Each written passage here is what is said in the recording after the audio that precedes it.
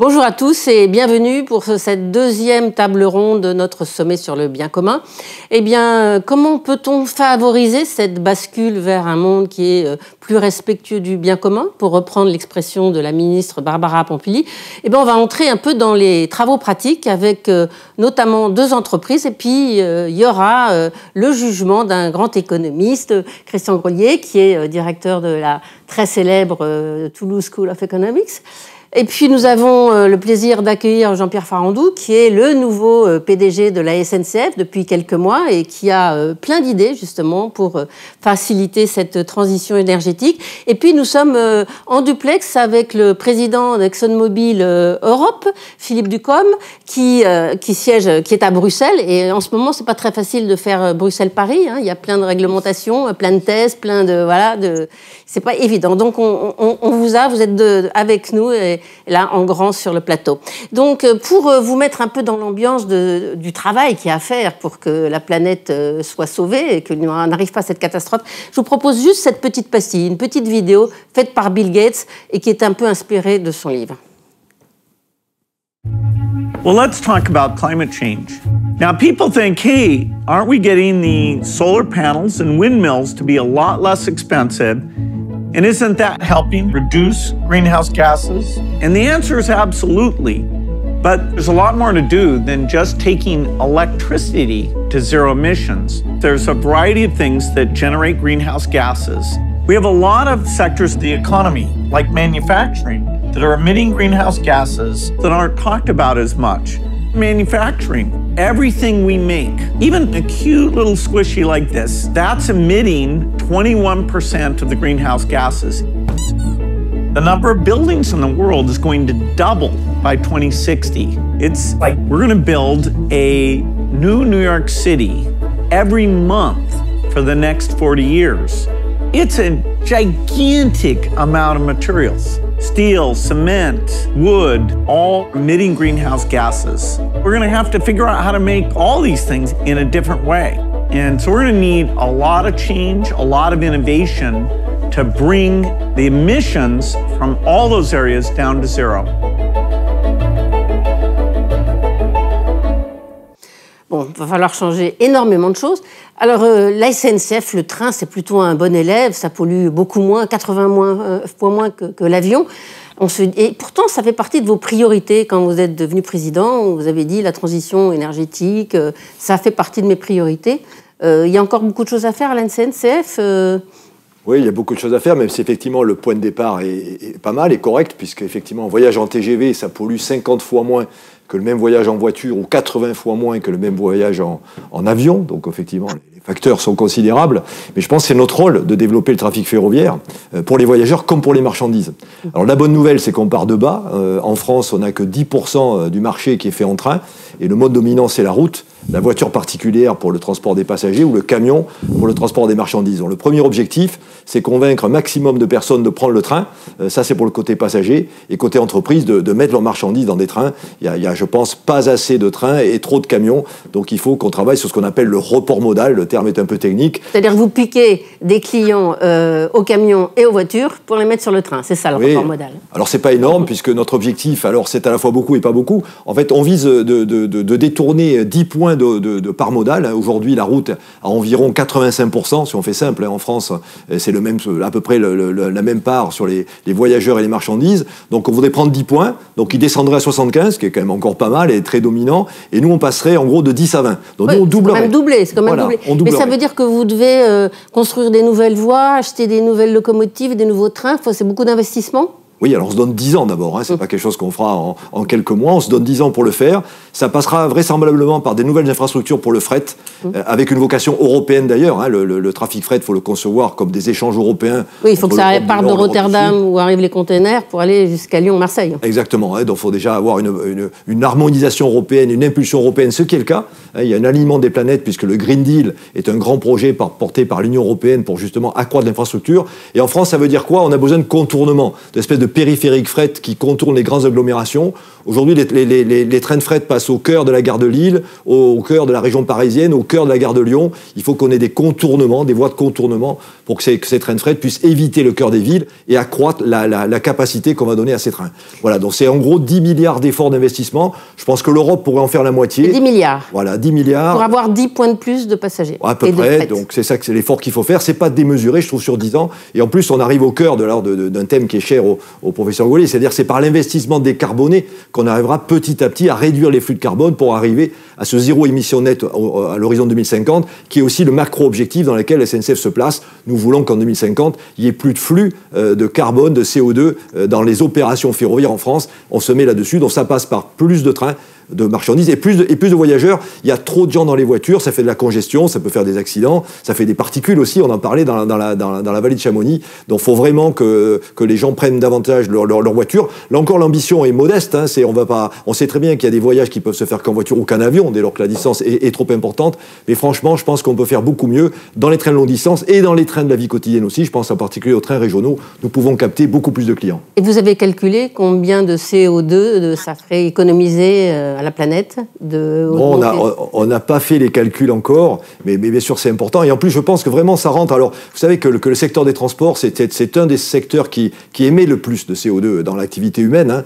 Après, il y a l'industrie, il y a l'agriculture, il y a le logement, mais les transports, c'est le premier. Donc, il faut s'attaquer au transport. On n'y arrivera pas en 2050 si on ne s'attaque pas au transport. Il faut s'attaquer au transport, il faut verdir, bien sûr, les modes de transport. Mais pour verdir les camions, pour verdir les avions, ça prendra du temps.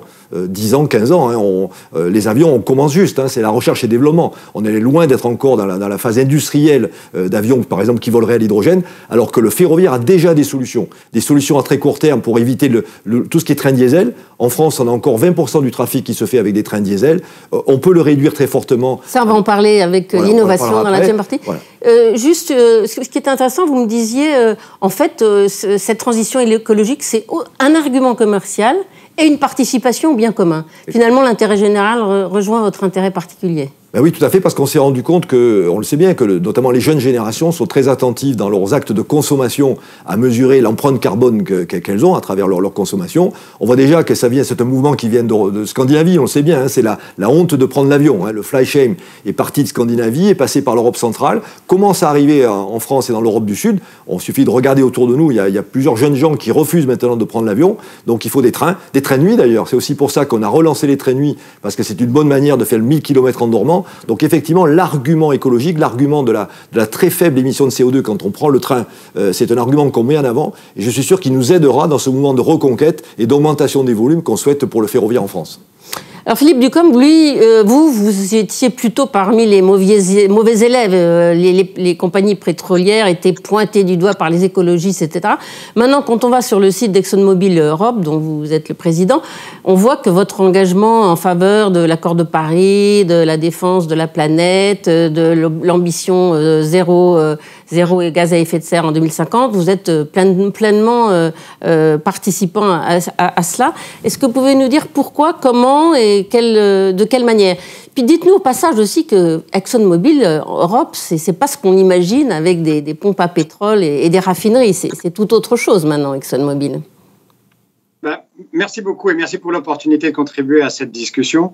C'est effectivement un enjeu particulièrement important, c'est un enjeu planétaire. Pour une société comme ExxonMobil qui est présente un peu partout dans le monde, c'est vraiment comme ça qu'on le regarde. Et vous mentionniez l'accord de Paris.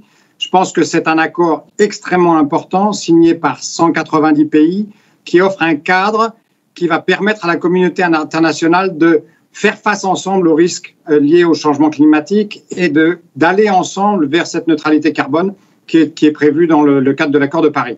Alors, c'est un accord que nous, on a soutenu depuis 2015, quand l'administration américaine précédente avait signalé son souhait de le quitter. On avait été très clair pour dire que notre suggestion c'était d'y rester.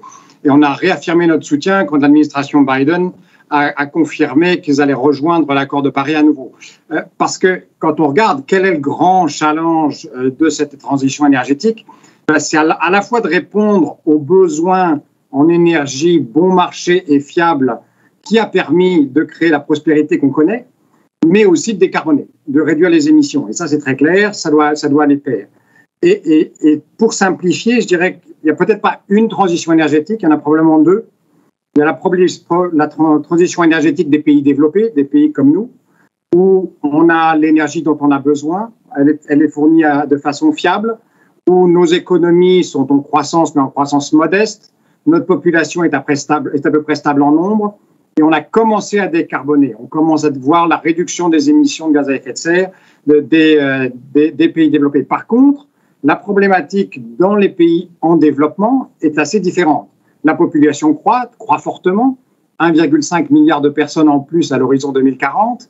La classe moyenne augmente rapidement. On s'attend à 2 milliards de personnes de plus dans la classe moyenne dans ces pays en développement à l'horizon 2030. On a des économies en forte croissance, on a des besoins énergétiques en forte croissance. Et donc, si rien n'est fait, on va aussi voir une augmentation rapide et significative des émissions de gaz à effet de serre.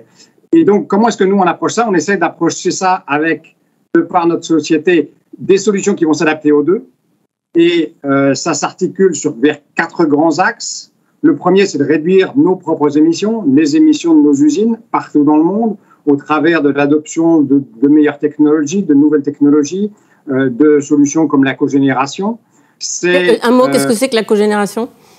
C'est produire de la chaleur et de l'électricité en même temps avec des rendements qui sont bien plus élevés que ce qu'on peut faire avec des centrales thermiques classiques. C'est bien évidemment aider nos clients à réduire leurs émissions. Alors, c'est un peu inclure aider des clients à ne pas avoir à utiliser du charbon et utiliser des gaz à la place, qui est une façon de réduire de à peu près 50% les émissions liées à l'utilisation du gaz par rapport au charbon. Et tout cela en vue d'une décarbonisation future qui est possible avec les nouvelles technologies et les innovations. C'est participer activement aux discussions et au développement des cadres réglementaires, parce que comme on en parlera probablement tout à l'heure, rien ne pourra se faire si les cadres réglementaires n'encouragent pas à la transition énergétique. Et enfin, très important, c'est l'innovation. L'innovation, pour nous, on se considère comme une société de technologie. Vous me demandiez qu'est-ce que c'est qu'ExxonMobil? ExxonMobil, c'est effectivement du pétrole, du gaz, mais aussi du raffinage, des lubrifiants, de la chimie. C'est une présence partout dans le monde, en Europe. C'est effectivement tous ces éléments-là, de moins en moins d'extraction de pétrole et de gaz, parce qu'il y en a de moins en moins en Europe, et ce n'est pas quelque chose que l'Europe encourage, mais c'est quelque chose qu'on a quand même. On est le premier producteur de gaz en Allemagne, par exemple. Mais c'est aussi 8 raffineries, c'est des sites pétrochimiques, c'est des lubrifiants, c'est de la vente aux clients et c'est de la technologie. Et ces innovations seront absolument primordiales pour permettre, en particulier, de faire ce que disait Bill Gates dans son introduction, ce que je trouve très intéressant, c'est qu'il ne fait aucun doute que l'éolien et le solaire auront un rôle très important à jouer, mais ce n'est pas que l'éolien et le solaire, il y a plein d'autres solutions qu'il va falloir ajouter. Et ces solutions, elles vont venir au travers d'innovations qui existent ou qui sont en cours de développement. Alors, il y a deux axes très intéressants dans votre recherche, c'est les biocarburants et piéger le carbone. Mais est-ce que vous avez fait des projections sur ce qu'allait donner l'industrie pétrolière avec le passage de l'automobile à l'électricité, à l'hydrogène? Ça va être considérable comme mutation pour une société comme vous. Il y a des changements très, très significatifs qui s'engagent, ça c'est très clair. On regarde non seulement un scénario, mais quand on regarde à l'horizon 2030-2040, c'est des réductions de l'ordre de... c'est très difficile à répondre, je vais vous expliquer pourquoi. Quand on regarde un objectif inférieur à 2 degrés, il y a 72 scénarios qui existent rien que dans le rapport du GIEC. Et ce rapport montre qu'effectivement, il y a des variations, mais qu'en moyenne, la part du pétrole et du gaz passerait de 55% à 45% de grandeur dans le mix énergétique. Il y a des incertitudes sur la quantité d'énergie, il y a l'incertitude sur le rôle. Et ça va continuer à décroître avec le temps, il n'y a pas le moindre doute. La question, c'est par quoi est-ce que ça va être remplacé, comment est-ce qu'on veut participer à cette transition, et quelles sont les technologies, comme vous disiez, les biocarburants, la capture de carbone et l'hydrogène qui font partie de ces solutions qui sont en cours de développement et qui vont prendre une part de plus en plus importante. Christian Gaulet, quand vous entendez ça, vous vous dites on est bien parti, ça y est, les entreprises maintenant vont main dans la main avec les États, les ONG pour aller vers le bien commun, ou c'est très marginal? Je ne dirais pas ça comme ça. Je dis que ce qui est clair, c'est que depuis plusieurs années, on a enclenché la deuxième vitesse. Je pense ça c'est clair en particulier depuis je dirais les 2 dernières années. On a réduit massivement nos émissions de CO2 grâce entre guillemets, à la pandémie, mais il y a aussi une énorme prise de conscience. Monsieur Farandou rappelait le fly-bashing. Je vois les industries pétrolières travailler sérieusement sur des tas de technologies qui sont encore embryonnaires. Hein. Le point, c'est que, et je pense que l'opinion publique n'a pas encore complètement réalisé le tsunami de transformation de mode de vie qu'on doit accepter dans les... On a vu ça dans la vidéo de Bill Gates. Tout change, la fabrication de tout, de mon vêtement, de vos lunettes, de tout. Donc juste pour donner, merci pour mes lunettes, pour donner juste un ordre d'idée, hein, l'Europe est en train de basculer d'un objectif de réduction d'émissions de CO2 de 40% à 55% d'ici l'horizon 2030 par rapport à 1990. Ayons quand même en tête que l'Europe, qui est un bon élève au niveau mondial sur le sujet du climat, n'a réduit que entre guillemets, de 21% ses émissions entre 1990 et 2019. Donc il faut faire essentiellement plus de la moitié du chemin en 3 fois moins de temps. Et l'Europe ne représente que 11% de la pollution mondiale, quand la Chine, c'est à 28%. Bon. Exactement. Mais donc vous voyez qu'on doit aller vraiment, on doit accélérer massivement notre transformation écologique. Donc ça va être très coûteux parce qu'aujourd'hui, il s'agit de transformer la société qui devrait accepter de se défaire de sources d'énergie qui ont fait la prospérité de l'Occident, le charbon, le pétrole et le gaz, qui sont des sources d'énergie finalement très peu chères, extrêmement faciles à utiliser, faire d'autres technologies, des technologies d'énergie renouvelable, qui sont aujourd'hui encore, pour la plupart, pas matures. Et en fait, si je me projette à 2050, zéro émission nette pour l'Union européenne, personne aujourd'hui, M. Ducombe le rappelait, personne aujourd'hui n'a la moindre idée de quoi ressemblera l'économie européenne complètement décarbonée. Donc on a des incertitudes radicales et je trouve qu'on a aujourd'hui je pense, une prise de conscience massive et l'Europe est très en avance aussi sur cette prise de conscience. Regardez quand même les États-Unis vont peut-être nous rattraper avec Joe Biden. Alors Joe Biden va nous aider. Néanmoins, quand vous regardez ce que Joe Biden propose, il est quand même, on voit bien qu'il est coincé par un Congrès américain qui est extrêmement réticent à demander des efforts au peuple américain. Et d'ailleurs, on le voit bien. Biden, aujourd'hui, il met 2 000 milliards sur la table, mais avec des subventions. Pas avec un discours du type du sang, des larmes, de la sueur, qui devrait être, en fait, la réalité de notre problème. La réalité de notre problème, c'est la big picture. On doit remplacer des choses qui coûtent pas cher par des choses qui coûtent plus cher. Ça ne sera pas gratuit. Ça sera pas gratuit. Il faudra faire des efforts. Ça sera au détriment d'autres choses. Bien sûr. L'énergie, ça représente 8% dans le budget des ménages. Donc, quand vous décidez d'aller transformer la manière dont on produit de l'énergie, et qui est nécessairement, en tout cas à court terme, étant donné les technologies disponibles, plus chères, c'est pas ExxonMobil qui va payer, c'est le consommateur in fine. Donc il faut avoir conscience de ça. Et la problématique auquel je pense qu'on est confronté aujourd'hui, c'est autant on a une prise de conscience massive des populations, autant personne aujourd'hui n'a la moindre idée de comment organiser la société pour affronter cette problématique de bien commun. Les marchés sont inefficaces. M. Farandou parlait du fly-bashing, l'idée que peut-être qu'en montrant du doigt les gens qui prennent l'avion, on va les inciter à prendre le train. Je ne pense pas que ça suffira. Je pense qu'il faut en même temps que les gens soient incités à intégrer dans leurs décisions économiques de prendre le train plutôt que l'avion. C'est le rôle des politiques publiques. Exactement. Il faut que l'État prenne ses responsabilités. On peut effectivement, comme Biden, mais c'est totalement insuffisant, mettre de l'argent public pour cette subvention. Rappelons-nous quand même que ces subventions offertes aux uns, ce sont des taxes payées par les autres, des taxes et des impôts payés par les autres. Alors quand on dit la taxe carbone, on n'aime pas, rappelons-nous que l'alternative des subventions, c'est aussi des taxes et des impôts. Il n'y a pas de secret. Donc la problématique est sévère. Aujourd'hui, je pense qu'il y a un vrai débat à mener, et il va être mené en particulier cet été en Europe, puisque l'Union européenne va mettre sur la table son Green Deal qui va enfin, avec pratiquement un an de retard, mettre sur la table pour négociation au niveau de l'Union. On espère que de ce projet Green Deal européen va sortir une vraie structuration de la société européenne pour faire en sorte qu'on aille au-delà des interdits, des normes et trucs, mais qu'on incite effectivement les producteurs à passer du camion au transport ferroviaire qui émet beaucoup moins de CO2, que les gens intègrent la possibilité, quand ils décident de se transporter, d'utiliser le transport en commun plutôt que leur voiture personnelle, quand c'est possible. Alors, on va beaucoup aborder les questions d'incitation dans la deuxième partie, mais on attend tous beaucoup de quoi ? De l'innovation. Parce que tout le monde espère que c'est ça qui va, la pierre philosophale qui va nous permettre de passer sans trop de difficultés, sans trop de souffrance à un monde plus respectueux du bien commun. Et là encore, je vous propose une toute petite vidéo de Bill Gates qui nous donne un exemple de disruption, d'innovation tout à fait extraordinaire, puisqu'on fait de l'acier sans charbon.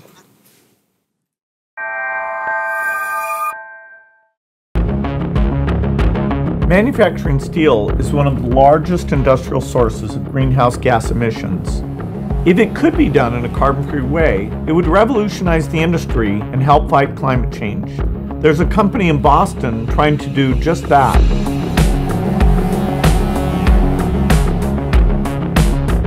If we can cut greenhouse gas emissions from steel, that's almost 10% of CO2 emissions. That's worth going after. Boston Metal's mission is to manufacture metals on a clean way and a competitive way.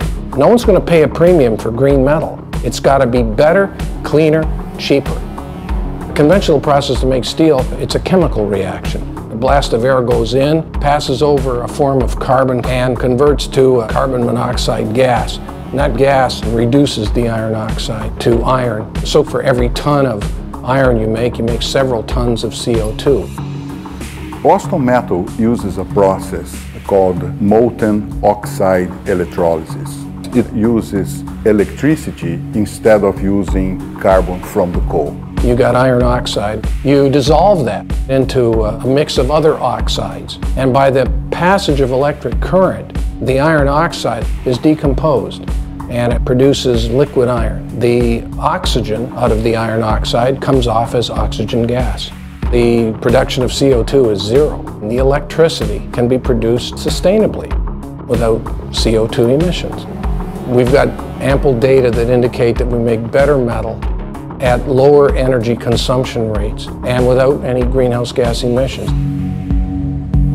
In big industry, capital intensive, risk averse, disruption in those industries does not come from within the industry. It comes from outside the industry. So we're the disruptors. De l'acier propre, vraiment. Alors moi, je n'ai pas tout compris comment on faisait de l'acier par oxydation, mais enfin, vous êtes tous les deux ingénieurs des mines, donc vous avez dû capter beaucoup mieux que moi. Philippe Ducombe, qu'est-ce que vous pensez de ce type d'innovation ? Est-ce qu'on va en voir beaucoup ? Vous devez suivre ça. Et dans un premier temps, puis après, on fera un autre tour de table et vous nous direz quelles sont les principales innovations sur lesquelles vous travaillez. Et puis après, on parlera des politiques publiques et notamment du prix du carbone. Absolument. Et je pense que c'est ce qu'on disait tout à l'heure. L'éolien, le solaire, c'est important. Ça apporte de l'électricité verte, mais en soi, ça ne va pas suffire. Et si on se concentre juste sur 3 secteurs de l'économie, l'industrie, le transport et l'électricité, dans ces 3 cas actuellement, on a clairement un besoin d'innovation. Et il y a toute raison de penser qu'on va apporter les innovations qui vont permettre de complémenter, de s'ajouter à ce qui existe déjà. Quand on regarde l'électricité, c'est assez simple. L'éolien, le solaire, c'est devenu bon marché, c'est disponible quand il y a du vent et quand il y a du soleil. Et donc, il faut ajouter à cela soit une énergie dont on peut disposer quand on en a besoin, soit du stockage pour pouvoir le remettre en service. C'est des problématiques qui seront résolues avec des solutions comme l'hydrogène, comme les batteries et comme le gaz avec le CCS, la génération d'électricité à partir du gaz et du CCS. Pour le transport, on a parlé du ferroviaire, bien sûr. On a besoin, pour là où on ne peut pas avoir un caténaire, d'une énergie dense et rapide pour refaire le plein des différents véhicules. L'électrification de la voiture, on voit que ça marche, ça va croître. Il reste les problématiques du transport lourd, des semi-remorques, par exemple. Il reste la marine, les bateaux, qui ont besoin d'énergie dense qu'ils peuvent stocker pendant des jours et des jours. Et on a besoin de l'avion qui a besoin d'une densité tout particulière d'énergie pour pouvoir décoller avec et aller très loin. Et là aussi, il va falloir des solutions qui n'existent pas vraiment maintenant, ou qui, si elles existent maintenant, elles sont très très chères. Ce sont les carburants liquides bas carbone, c'est potentiellement l'hydrogène. C'est des solutions qui sont en cours de développement.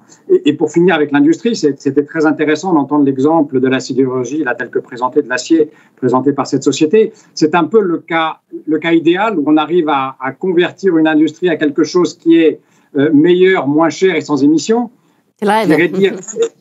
Hélas, ce n'est pas toujours le cas. Dans la plupart des cas, ce qui existe, ce qu'on va pouvoir faire, c'est équivalent, plus cher, sans émissions. Et donc là, c'est là qu'il faut vraiment trouver des solutions pour baisser le coût et apporter quand même des solutions bas carbone pour l'industrie telle que le reste de la sidérurgie, celle qui utilise les technologies existantes, ou alors la production de ciment, ou alors la chimie. Eh bien, on a besoin de sources énergétiques très puissantes, de beaucoup d'énergie. Et là, il faut encore se tourner vers des solutions comme l'hydrogène, ou comme la capture et le stockage de carbone pour les industries existantes qu'on peut décarboner de cette façon-là. Donc c'est un peu comme ça que nous, on regarde, en tout cas dans notre métier de l'énergie, quelles sont les solutions qu'on est susceptible d'apporter. Et je pourrais vous dire 2-3 mots après ça sur comment est-ce que nous... On va développer ces nouvelles technologies. Jean-Pierre Farandou, vous êtes un ingénieur des mines, vous connaissez l'industrie, etc. Quand vous voyez ça, bon, évidemment, c'est le cas idéal présenté par Bill Gates, une industrie très polluante qui trouve une solution formidable, qui ne pollue plus et qui fait du très bon acier. Mais est-ce que vous voyez, vous, dans votre secteur, des innovations comme ça qui donnent un peu l'espoir qu'on puisse passer à un monde plus respectueux ? Oui, bien sûr. Enfin, je pense que ce qui est important aussi, c'est la volonté qu'on entend. Il faut une volonté farouche et passer par la recherche et le développement, en trouvant d'ailleurs les mutualisations qui vont avec. C'est un effort collectif de toutes les filières qui doit mobiliser des ressources, les plus grands talents d'ingénieurs pour trouver les solutions. Ce mindset, j'allais dire, il est aussi fondamental. Nous, on travaille beaucoup avec les constructeurs ferroviaires sur la décarbonation des moteurs. Voilà, parce que qui dit transport dit moteur. Il faut bien que les mobiles bougent. Alors tout ce qui est électrique, ça va, notamment en France. On a la chance en plus d'avoir une électricité décarbonée grâce au nucléaire. Il y a tout un débat sur le nucléaire, mais nous, il nous va bien, parce qu'il est décarboné. Voilà, donc la France, on a de la chance. On a quand même encore, en France, la moitié des lignes ferroviaires, des rails, où il n'y a pas de caténaire au-dessus, qui ne sont pas électrifiés. C'est énorme, 50%. C'est énorme, 50% du réseau. Ça ne fait que 20% du trafic. Donc il n'y a pas d'électricité. Voilà, oui, il n'y a pas d'électricité au-dessus. Donc on roule avec des diesels aujourd'hui. Ça ne fait que 20% du trafic, ça se comprend. Ce n'est pas les lignes les plus importantes. Mais c'est quand même encore une part très importante du réseau. Ça pollue 15 fois plus qu'un TGV, quoi. Oui, bien sûr. Donc est-ce qu'on va mettre des caténaires au-dessus ? Non, parce que l'investissement, là, pour le coup, serait disproportionné. Donc il faut trouver des solutions de motorisation nouvelles. L'acte de foi que je pose, mais vraiment j'y crois, il est raisonné cet acte de foi, c'est l'hydrogène. Je pense que ça a été dit par mon collègue d'Exxon. Je pense que, mettons 10 ans, on peut vraiment tabler sur une capacité de produire de l'hydrogène de manière verte, bien sûr. Il faut produire grâce au nucléaire ? Peut-être, exactement. Il faudra de l'électricité. C'est pas primaire l'hydrogène. Il faut une énergie primaire pour la produire. Donc il faut qu'elle soit abondante et pas trop chère. Ensuite, l'hydrogène, c'est aussi une logistique. C'est moins souple d'utilisation que des carburants classiques, donc il faut des stations-service, il faut faire le plein des trains, etc. Il y a une ingénierie de la mise en place sur laquelle on travaille d'ailleurs. On est au balbutiement là. Exact, voilà, on démarre, mais ça arrive, ça commence à exister en Allemagne. Nous en France, on va avoir 4... Pays-Bas aussi, je crois. Pays-Bas, on a 4 régions françaises qui en 2023, c'est bientôt, c'est dans 2 ans, commenceront à avoir circulé des trains à hydrogène sur des parcours assez importants de 600 km. Donc pour moi, franchement, l'hydrogène, qu'on va mutualiser d'ailleurs dans tout le transport, avec les camions, avec les bus, les cars, les voitures, peut-être un jour les camions, etc. Donc c'est vrai que l'hydrogène, c'est pas que pour les trains, ça sera une organisation d'une nouvelle énergie qu'on mettra à disposition de tous ceux qui en ont besoin. En attendant, et c'est là où le ferroviaire a un peu d'avance, un peu comme l'automobile d'ailleurs, on a des solutions toutes prêtes qu'on va déployer dès cette année, des trains hybrides avec un moteur diesel, mais aussi un moteur électrique qu'on peut utiliser dans la rentrée des villes, par exemple. Avec des piles. Exactement. On a aussi des trains à batterie. Entre Marseille et Aix-en-Provence, où le parcours est de 35 km, on a suffisamment de puissance dans les batteries, en les rechargeant à chaque bout, pour utiliser que de la traction électrique. Donc là, il y a 0 émission. Ce sont des énormes batteries. Oui, voilà, c'est ça le problème. C'est pour ça qu'elle ne peut pas aller trop loin, parce que sinon, le poids des batteries deviendrait disproportionné. Voilà, donc c'est pour ça. Elles sont grosses comment, les batteries ? Comment ? Elles sont grosses comment, les batteries ? C'est plusieurs dizaines de tonnes, des batteries. Donc on voit bien qu'on ne peut pas aller trop loin. C'est ça le problème. Donc on peut faire que des parcours courts avec des batteries. aujourd'hui. On a aussi tout ce qui vient de biogaz, biocarburant. On fait exactement, là on travaille d'ailleurs en ce moment, on a Paris-Granville, Granville c'est dans la Manche, qui se fait avec du colza et ça marche très très bien. On a supprimé le gasoil traditionnel par des carburants à base de colza. On voit aussi qu'il y a des solutions autour de la biomasse ou de tout ce qu'on peut faire avec des produits de l'agriculture. Voilà, donc je pense qu'il faut vraiment y aller et c'est vrai que c'est clé. Hein. Cette énergie verte est la clé. De l'énergie, il en faudra toujours, sinon c'est la décroissance. Hein. Si on commence à partir en disant qu'il y a moins d'énergie, on glisse sur la pente de la décroissance. Moi je fais partie des gens parce que je suis ingénieur certainement, qui pensent que le progrès est toujours possible dès lors qu'il est orienté vers des solutions décarbonées. Voilà, là aussi, c'est la fourche. Hein. Est-ce qu'on se replie vers moins d'activité humaine et vers une forme de décroissance, ou est-ce qu'on pense que dès lors qu'on oriente bien l'investissement de manière massive, hein, ça a été dit par Christian Grolier, il ne faut pas être petit bras. Si on investit massivement dans la décarbonation de l'activité humaine, de l'industrie, là je pense qu'on peut trouver et arriver à cette échéance, à ce Graal quelque part, d'être en zéro émission nette à l'horizon 2050, en tout cas le ferroviaire et la SNCF en premier, j'allais dire, en chef de file du ferroviaire en France, est orienté sur cet objectif. Alors Philippe Ducombe, justement, ces nouvelles énergies, ces biocarburants, et puis la captation du carbone, ça c'est aussi une nouvelle technologie où certains ont beaucoup d'espoir. C'est une des solutions. Peut-être en 2 mots, sur quoi est-ce qu'on se concentre? On concentre nos activités sur notre savoir-faire. C'est-à-dire qu'on ne travaille pas sur l'éolien, on ne travaille pas sur le solaire, on n'a pas de savoir-faire dans ces domaines-là. Par contre, on travaille sur les 135 ans d'expérience que notre société a acquise dans les domaines de l'énergie, dans les domaines des processus de fabrication, de nos 20 000 ingénieurs qui travaillent de par le monde, de nos chercheurs. Et pour eux, travailler dans les domaines connexes, c'est vraiment la logique et c'est ce qu'on peut vraiment apporter. Et ça se traduit par 3 choses, et je les ai citées dans les besoins, mais c'est aussi ce qui guide nos recherches à nous, c'est où est-ce qu'il y a des besoins de nouvelles technologies, des besoins d'innovation, et c'est, comme vous le disiez, la capture et le stockage de carbone. Ça, c'est très clair que c'est une technologie qui existe. En fait, ça fait 35 ans qu'on la pratique. On a, en tant qu'ExxonMobil, depuis 35 ans, capturé 40% des émissions de CO2 qui ont été stockées. Ça fait 120 millions de tonnes. C'est pas énorme, mais c'est quand même un chiffre significatif. Et c'est des technologies qui, plus on arrivera à en réduire le coût et plus elles seront faciles à mettre en œuvre, en particulier sur des installations existantes, voire sur la production d'hydrogène bleu, c'est-à-dire de l'hydrogène décarboné mais fabriqué à partir de gaz. Et on peut discuter pourquoi c'est important ou intéressant. Il y a les carburants bas carbone. Ça, bien sûr, le carburant, c'est un de nos métiers de base. Et on travaille sur, en particulier, la 2e et la 3e génération de carburants bas carbone, c'est-à-dire pas ceux qui vont concurrencer l'alimentation, pas ceux qui vont utiliser des terres agricoles qui peuvent être utilisées à autre chose, mais l'utilisation des déchets de la forêt, des déchets de l'agriculture, voire les algues qui peuvent, dans le cadre de nos recherches, produire des carburants de nouvelle génération après traitement, bien sûr. Et puis il y a l'hydrogène, comme on disait, et les carburants de synthèse. Alors là, c'est un petit peu regarder plus loin. Et on sait fabriquer des carburants avec de l'hydrogène et du CO2. Alors, ça prend beaucoup d'énergie, il faut qu'il y ait un besoin particulier, mais c'est des choses aussi sur lesquelles on travaille. Et puis, la 3e chose, c'est un petit peu de la même chose que ce qui était mentionné dans la vignette qu'on a eue tout à l'heure, c'est les procédés industriels. Ça fait partie de notre corps de métier. Et comment rendre les procédés industriels beaucoup plus efficaces, beaucoup moins énergivores et réduire les émissions qui vont avec. Ce sont les gros éléments.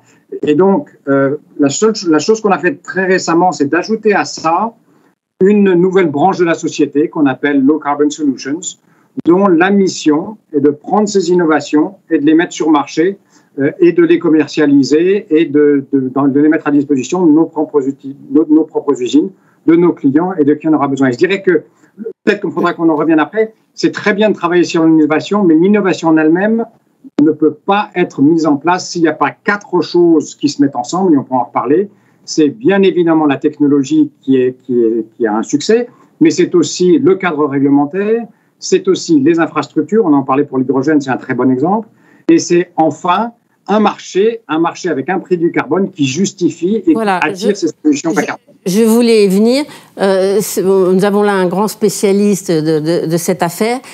En 2 mots, vous êtes un industriel, vous voyez très bien que votre solution bas carbone Si il y a un pays juste à côté qui fait quelque chose d'aussi efficace mais 10 fois moins cher mais qui pollue la planète, et ben évidemment là le marché il est compliqué. Et donc en tant qu'industriel, vous voyez bien qu'en plus vous avez une situation mondiale, donc vous voyez bien comment les choses se passent. Sans un prix du carbone efficace, mais il faut que ce soit une solution mondiale, quoi. C'est compliqué. Disons que l'idéal, ce serait effectivement d'avoir un prix du carbone mondial qui, à la fois, crée cette dynamique qui avantage les produits bas carbone, qui encourage les investissements. Et ce prix du carbone, il faut qu'on ait une visibilité, il faut qu'on ait une visibilité à moyen terme pour que ces gros investissements, on parle de milliards et de milliards, soient justifiés. Donc ça, c'est un petit peu l'objectif. Il faut que vous ayez une perspective. Il faut que vous ayez une perspective. Voilà. En pratique, par contre, on voit très bien qu'un prix du carbone régional avec des mesures pour éviter les fuites de carbone sera peut-être nécessaire dans la phase transitoire, parce que la dynamique qui peut exister en Europe avec les Green Deal et la dynamique qui peut exister dans des pays en développement n'est pas du tout la même. Et c'est vrai que ce problème de concurrence sera très réel. Et si on a des prix du carbone de 60 € aujourd'hui, peut-être 100 € dans pas très longtemps, ça crée des dynamiques compétitives qui seront extrêmement compliquées. Et en l'absence de politique industrielle très forte, ça va être compliqué de continuer ou d'investir ou de continuer à faire fonctionner les équipements qui existent ici. Alors, Christian, l'innovation, le prix du carbone, tout ça, c'est quand même des pistes, mais pas évident de pouvoir dire quand ça va arriver. Voilà, c'est ça la difficulté. Donc différents points là-dessus, hein, et tout ça a été extrêmement riche. Les subventions à la R&D vont être tout à fait cruciales. Il faut que, en tout cas, les incitations à la R&D dans les technologies vertes vont être complètement cruciales dans les années à venir. Je vous l'ai dit tout à l'heure. Au coût actuel des énergies renouvelables, on va avoir de gros problèmes, ça va avoir des impacts considérables sur le pouvoir d'achat des ménages. Si on impose une transition extrêmement rapide, ça obligera une augmentation des coûts de l'énergie. Et donc, il faut absolument développer des innovations qui permettraient de produire ces énergies renouvelables à un coût plus faible. L'exemple typique, c'est, Philippe l'expliquait, l'éolien et le solaire, c'est extraordinaire. Et le développement, il faut absolument développer ça. Mais qu'est-ce qu'on fait quand il n'y a pas de vent, quand il n'y a pas de soleil? Donc, dès lors qu'on n'a pas de technologie qui permet soit de stocker l'électricité, soit de créer des réserves qui sont produites d'énergie, qui sont produites à partir de l'énergie quand on en a en excédent, on a un gros problème. Donc tout ce qui est technologie d'hydrogène, qui est une façon de capter, de stocker l'électricité, ou les batteries. Oui, dans le fond, c'est ça. Tout ça sont des données, sont des sujets tout à fait cruciaux. Il faut vraiment retirer un certain nombre de verrous technologiques qui aujourd'hui limitent le développement de cette transition. Et évidemment, le prix du carbone va être un incitant pour faire ça. Il faut évidemment que les innovateurs puissent anticiper que leurs innovations pourront être utilisées et qu'ils pourront en tirer un bénéfice. Et donc ça, la seule façon d'y arriver, c'est d'avoir aujourd'hui une politique crédible qui annonce quels seront les bénéfices qui pourront être engendrés par ces innovations. Il faut que ces innovations soient profitables. Aujourd'hui, on n'a pas vraiment de profitabilité sur beaucoup de technologies vertes. Et le prix du carbone permettrait de corriger le tir. Monsieur Forandou expliquait tout à l'heure qu'il est actuellement en difficulté par rapport au transport par camion. Si on n'aide pas un peu le train, voilà... Le transport par camion paye qu'une partie de la taxe carbone. Oui. Donc, hors de transport ferroviaire, lui, il a effectivement cet énorme avantage d'utiliser l'électricité nucléaire. On est en France, quelle chance. Et ça, donc, il y a donc les différents agents économiques ne sont pas incités à tenir compte des bénéfices du transport ferroviaire par rapport au transport en voiture. Un autre élément qui me semble tout à fait important, c'est qu'aujourd'hui, je vous le disais tout à l'heure, on ne sait pas aujourd'hui à quoi ressemblera une économie totalement décarbonée en 2050 en Europe.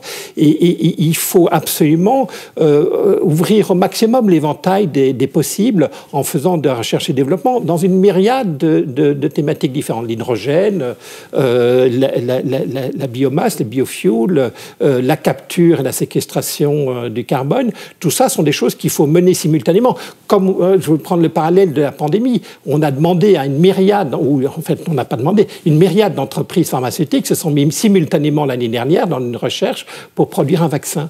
Et un certain nombre de ces entreprises ont réussi à produire un vaccin dans un temps record.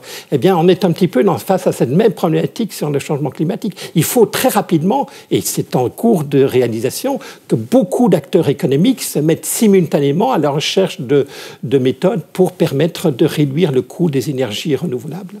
Mais, Christian Gollet, qu'est-ce qui se passe si l'Europe arrive à établir un coût, un prix tout à fait efficace du carbone? Voilà, tous les pays européens se seraient bien d'accord, ce serait déjà formidable. Mais qu'est-ce qui se passe si les Chinois, les Indiens, les Africains, eux, ne taxent pas le carbone, le coût du carbone? Ça fait une compétition qui est complètement... Alors, Madame Moutonnet-Maire, c'est un sujet d'actualité. Aujourd'hui, le prix du carbone sur un marché ETS européen, le marché de permis d'émission, il a passé 53 € la tonne de CO2.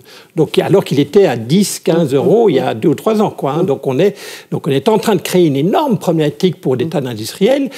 Ils payent une taxe carbone, enfin un prix de carbone élevé en Europe, alors qu'à l'étranger, en Chine, il y a effectivement des marchés de permis, mais les prix d'équilibre pour ces permis sont absolument dérisoires. Et donc, effectivement, la tentation est forte. Et si l'Europe ne prend pas tout de suite le dossier en main et le gère, dans les 1 ou 2 ans à venir, la situation va être très rapidement dramatique en termes d'emploi, en termes de croissance économique et finalement en termes d'activité. Qu'est-ce qu'elle doit faire l'Europe alors ? Donc l'Europe aujourd'hui, elle a une proposition qui est assez compliquée, mais qui est faisable, qui est discutée, qui est proposée depuis un certain nombre d'années par les économistes, notamment le prix Nobel d'économie qui a obtenu le prix Nobel sur la thématique de économie du climat, c'est William Nordhaus qui a proposé il y a 5 ou 6 ans d'organiser un système d'alliance carbone mondiale de tous les pays un petit peu ambitieux qui mettrait en interne un prix du carbone pour inciter effectivement les agents économiques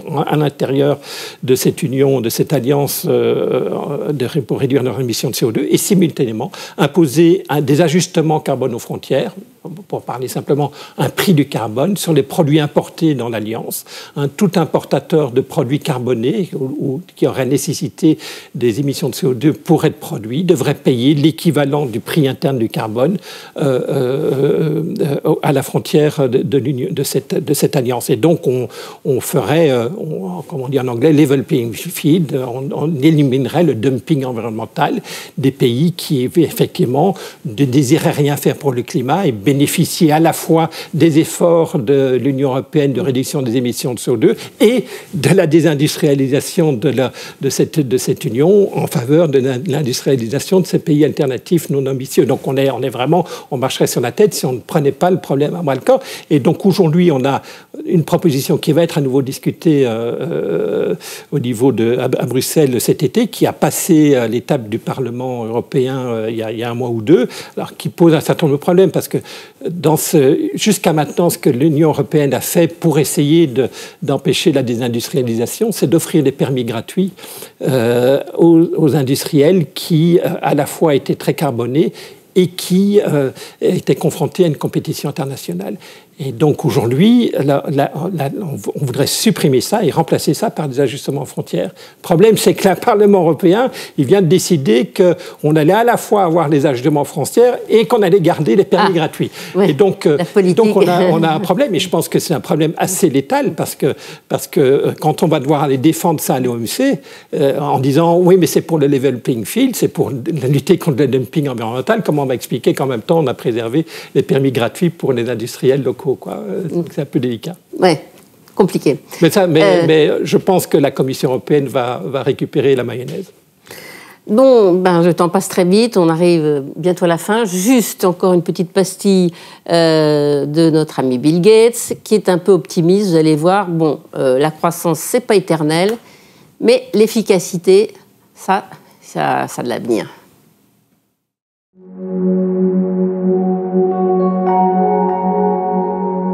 I look at the past records of this growth rate, this S-curve forming. It has determined so much of what we are, who we are, what we are after. Growth about everything. Bacteria and babies, economies and empires, growth of everything.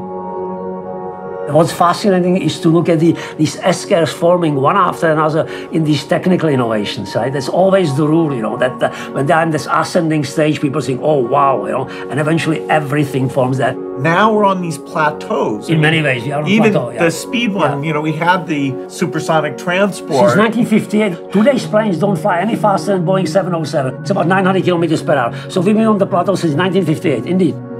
Which of course shows what we have known for ages and what economists refuse to accept, that there cannot be indeterminate growth on a finite planet. But, there's some efficiency. Yeah, lots of efficiency. Yeah, actually, okay. these planes are 70% more efficient per passenger kilometer. So this is underappreciated. The speed is the same, but 70% less energy per passenger kilometer. Amazing.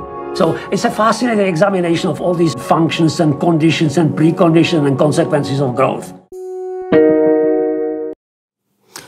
Bon, on peut être beaucoup plus efficace. Jean-Pierre Farandou, votre conclusion sur la lutte contre le réchauffement, sauver la planète, éviter la catastrophe. Vous disiez que vous étiez un ingénieur et donc vous étiez volontaire et optimiste, mais ça va être difficile, non ?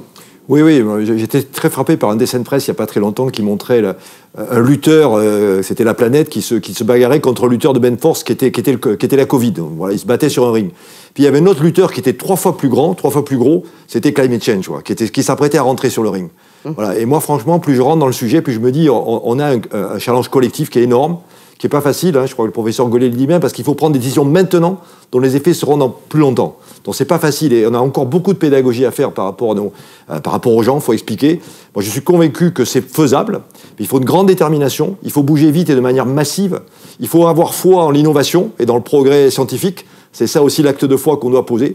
Moi, je suis convaincu que, comme ça a été dit, si on se met tous ensemble, on a quand même énormément de puissance, finalement, en termes d'innovation. Et je trouve que le parallèle qui a été fait avec le vaccin est un très bon parallèle. Si on met la même énergie, la même inventivité, la même urgence à trouver des solutions, on les trouvera. C'est un enjeu phénoménal. Moi, j'ai envie d'une planète qui soit vivable. J'ai envie qu'on arrive à relever ce challenge du réchauffement climatique. On le doit aux générations futures. C'est notre responsabilité. On a 50 ans, on a 60 ans. Voilà. On est au pouvoir, dans nos entreprises, dans les universités, dans les médias, etc. C'est notre responsabilité. Et moi, j'ai envie de l'assumer. Je souhaite que, à ma modeste place de la SNCF, des chemins de fer français, on soit en pointe sur ces sujets, d'autant plus qu'on a un rôle particulier à jouer dans la mobilité des passagers et des marchandises. Et vous êtes une entreprise publique. Et on est une entreprise publique, donc on se doit aussi, bien sûr, d'être exemplaire par rapport à l'État. Et je ne pense pas qu'à la France, je pense à l'Europe. Une fois de plus, je pense que la bonne maille pour trouver des solutions, la maille de proximité, j'allais dire, c'est pas la France, c'est l'Europe. Et cette alliance, finalement, qu'on a évoquée, cette alliance des cerveaux, cette alliance des savoir-faire, il faut la penser au niveau européen. Philippe Ducombe, votre conclusion sur cette thématique ? Vous avez eu 2 ingénieurs aujourd'hui avec vous, oui. Donc il y a clairement des similarités. Et je dirais que pour moi, le choix ne peut pas être croissance ou environnement. Si on a à faire ce choix, on a perdu. C'est la vraie question, c'est comment concilier les deux. Et comme je le disais dans mon introduction, au moins la moitié de la planète espère atteindre le niveau de vie et le niveau de bien-être qu'on connaît, nous, dans les économies développées. Et il est tout à fait normal qu'ils aspirent à atteindre ce niveau de bien-être. Et donc, comment est-ce qu'on va faire pour y arriver ? Je dirais que le sujet a été abordé, mais on ne l'aborde jamais assez. C'est l'importance de la recherche et de l'innovation. Et pour ça, bien sûr, les industries privées jouent leur rôle, mais les gouvernements ont un rôle très important à jouer pour le faciliter. On travaille avec 80 universités dans le monde et heureusement qu'on a ces universités avec lesquelles travailler. L'autre chose, c'est de dire, on parle de solutions, il faut bien penser que les solutions sont complémentaires et ne s'opposent pas les unes aux autres. On parlait de trains et de camions, il faut les deux, on mettra des camions sur des trains. Et ce qui est important, c'est de voir comment est-ce que ces solutions vont pouvoir se complémenter les unes les autres. Je pense qu'on a discuté de l'importance des cadres réglementaires qui peuvent soit favoriser l'adoption de certaines innovations, soit les tuer avant même qu'ils en aient l'opportunité. C'est très important de continuer à avoir la mise en œuvre de ces innovations dans le cadre réglementaire prévu et anticipé. Le prix du carbone, on en a parlé, je pense qu'on en reparlera. Pour moi, c'est une façon d'encourager les investissements, mais aussi d'aider la société à aller vers le bas carbone au moindre coût, de façon optimale. C'est un mécanisme de marché qui peut nous aider à faire ça. Et c'est quand même très important quand on parle de milliards d'euros pour faire cette transition. En conclusion, je dirais je suis optimiste, je suis un peu comme Bill Gates et je crois en la science. Je vais juste vous citer un exemple. Vous parliez de stockage de carbone, de capture et de stockage de carbone. On a annoncé le mois dernier, dans le cadre de notre nouveau business, une proposition qu'on a fait à l'État américain d'un partenariat de la création d'une zone d'innovation CCS dont l'objectif est à l'horizon 2030 de capter 50 millions de tonnes par an de carbone et de 100 millions de tonnes par an à l'horizon 2040. 100 millions de tonnes par an, ça devient un projet de taille significative et c'est le type d'augmentation de capacité, d'accélération des investissements dans ce domaine qui est très important. N'oublions pas que rien que dans le golfe du Mexique, on peut stocker 500 milliards de tonnes de CO2. C'est l'équivalent de 100 ans d'émissions des États-Unis. Donc il y a quand même une capacité à développer et à mettre en place ces technologies, mais à l'échelle pour pouvoir faire une réelle différence. Et je dirais que, pour conclure, mais avec exactement les mêmes termes que M. Farando a utilisés, on se doit de réussir, on se doit de réussir pour les générations futures, mais ne sous-estimons pas la complexité de la tâche et à quel point elle est gigantesque, la tâche qui est devant nous. Alors Christian Hollier, d'abord pour un économiste, c'est compliqué de travailler sur des sujets où finalement on n'a pas tous les chiffres, on ne sait pas sur quel pied on va tomber, donc c'est vraiment de la prospective compliquée. Vous savez, moi je suis théoricien de la décision d'incertitude, donc donc ça tombe bien. L'économie du climat parce que je pense qu'il y a un sujet précisément où les incertitudes sont extrêmement massives. Oui, mais l'incertitude devrait être au contraire une incitation à agir. Je ne veux pas citer le principe de précaution, mais je pense qu'aujourd'hui, il faut agir. L'incertitude est claire, elle existe, elle est importante. On a parlé en particulier d'incertitudes technologiques. Il y a aussi des incertitudes sur l'intensité des dommages. On est tous d'accord aujourd'hui, en tout cas en Europe, sur le fait qu'émettre du CO2 engendre une augmentation de la température moyenne de la Terre et donc des dommages environnementaux et économiques. Donc ça, c'est clair. Mais regardons les chiffres, même s'il y a une incertitude, quand même en termes d'espérance, le coût de la transition énergétique dans les 10 prochaines années en Europe est estimé à peut-être qu'on pourrait perdre 1% de PIB d'ici 2030 si on voulait atteindre les 50-55% de réduction des émissions de CO2. Si on ne fait pas ça, c'est-à-dire les dommages engendrés à l'environnement au niveau de l'ensemble de la planète sont considérables. Dans le business as usual, dans le processus, on n'impacterait pas, on ne lancerait pas cette transition énergétique, on aurait une augmentation de la température moyenne de la Terre d'ici la fin du siècle autour de 3-4 degrés et peut-être plus au-delà. Donc là, personne ne sait ce que l'humanité va faire, va devenir. La Terre, elle s'en sortira toujours, mais les humains... Exactement. Donc, il faut peser les coûts et les bénéfices. Le coût de l'inaction est absolument gigantesque par rapport au coût de l'action. Il faut faire des sacrifices à court terme, mais si on ne le fait pas, on aura des sacrifices extrêmement considérables pour les générations futures. Et ça, donc, c'est une vraie question de responsabilité envers les générations futures. Et du point de vue du bien commun, en intégrant les générations présentes et futures dans une fonction de bien-être collectif, on parlait de bien commun tout à l'heure, c'est vraiment la façon dont il faut travailler, en imaginant que ne pas savoir si je suis de la génération présente ou si j'appartiens à la génération future. Tout le monde devrait être d'accord pour dire qu'il faut aujourd'hui s'emparer du dossier et réduire rapidement nos émissions de CO2. Là, le problème, c'est quand je disais 1% de réduction de PIB d'ici 2030, si on décide d'atteindre les 55% de réduction d'émissions de CO2, c'est 1%, ce n'est que si on fait les choses de façon intelligente et efficace, c'est-à-dire si on fait un prix du carbone. Si on ne fait pas de prix du carbone, on risque de continuer à faire des choses qui ont été très mal faites jusqu'à maintenant, avec des coûts par tonne de CO2 évité qui sont extrêmement considérables. Ici, on parlait de prix du carbone entre 50 et 100 euros la tonne de CO2, mais sachez que depuis 10 ou 20 ans en France et en Europe, on a fait des actions de réduction d'émissions de CO2, par exemple en installant des panneaux photovoltaïques sur les toits des maisons, qui ont coûté aux ménages français 1500 euros la tonne de CO2 évité. Donc heureusement qu'on l'a fait à petite dimension, parce que si on l'avait fait à grande dimension, on aurait multiplié par 10 le prix prix de l'électricité en France. Imaginez les conséquences en termes de gilets jaunes. Donc il faut les faire il faut faire tout ça de façon intelligente. Et je voudrais revenir sur ce point-là, quoi. Ça me semble totalement important aujourd'hui que nous ayons un débat sur, au-delà de la loi climat et résilience, où on a décidé de mettre en place un certain nombre d'actions sur des normes, sur des interdictions, qu'on ait eu un point de vue plus général d'essayer de construire un contrat social avec les entreprises comme ExxonMobil, avec des entreprises comme SNCF, pour dire voilà comment on va faire, comment collectivement on va organiser les choses, et la meilleure façon de le faire, c'est de donner un chemin. Laissons les entreprises décider ce qu'elles veulent faire pour lutter contre les émissions de CO2, mais en les incitant à internaliser les conséquences de leur comportement à travers un prix du carbone.